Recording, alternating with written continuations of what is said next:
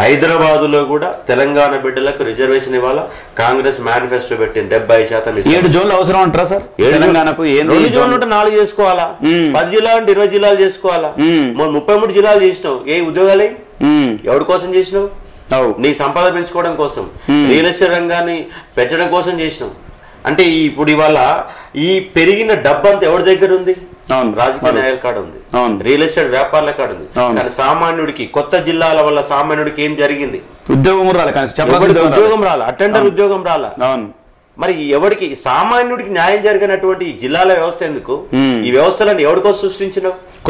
Sir నేను ఎన్నికలకు పోయినప్పుడు, జనాలకు పోయినప్పుడు ఆంధ్ర తెలంగాణ కలిసి ఉంటే కనీసం చపరాసి ఉద్యోగాన్ని వచ్చేది అంటున్నావు. కలిసినప్పుడు ఉద్యోగాలు వచ్చినాయి, రాకుండా నువ్వు ఉద్యోగాలు ఇచ్చింది ఏముంది?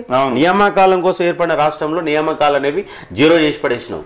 అందుకే నుండి గద్దె దించినావు. మళ్ళీ ఇటువైపు కూడా నువ్వు చూడకుండా చేయడానికి అవకాశం ఉంది. ఎందుకంటే మీరు కావాలని చేసినటువంటి ఒక కుట్ర, అహంకారపూరితం, కుటుంబ అహంకారం, వాళ్ళ మాటలలో అహంకారం ఓడగొట్టింది నాకు తెలిసి. పరిపాలన ఎంతో రైతు బంధు లాంటి, రైతు స్కీమ్ లాంటి కొన్ని ప్రోగ్రాంలు మంచిగా చేశారు.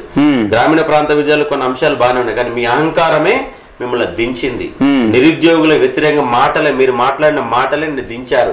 ఎంత 2% తోనే మీరు ఓడిపోయింది. 2%. ఆ 2% అహంకార పూర్తిలో కనపడింది. కాబట్టి మీకు మంచి శాస్త్ర జరిగింది. ఇప్పుడు రాబోయే గవర్నమెంట్ అనే ఒళ్ళు జాగ్రత్త పెట్టుకొని, మళ్ళీ నిరుద్యోగులని ఎజెండా పెట్టుకొని, ఈ 2 లక్షల ఉద్యోగాల కల్పన ఎలాంటి మోసం చేయకుండా, అమ్మకాలు లేకుండా, మోసం చేయవద్దు, అమ్మకాలు చేయొద్దు, క్లారిటీగా నీటుగా ఎవడైతే కష్టపడ్డవాడికి 2 లక్షల ఉద్యోగాలు ఇవ్వండి.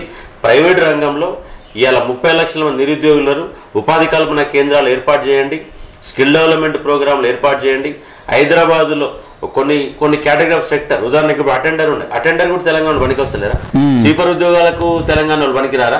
ఇలాంటి వ్యవస్థలో మొత్తం కూడా సీమాంధ్ర అడ్డాగా మారిపోయింది. దీనికోసం మరో తెలంగాణ భూమిపుత్రుల ఉద్యమం రావడానికి అవకాశం ఉంది.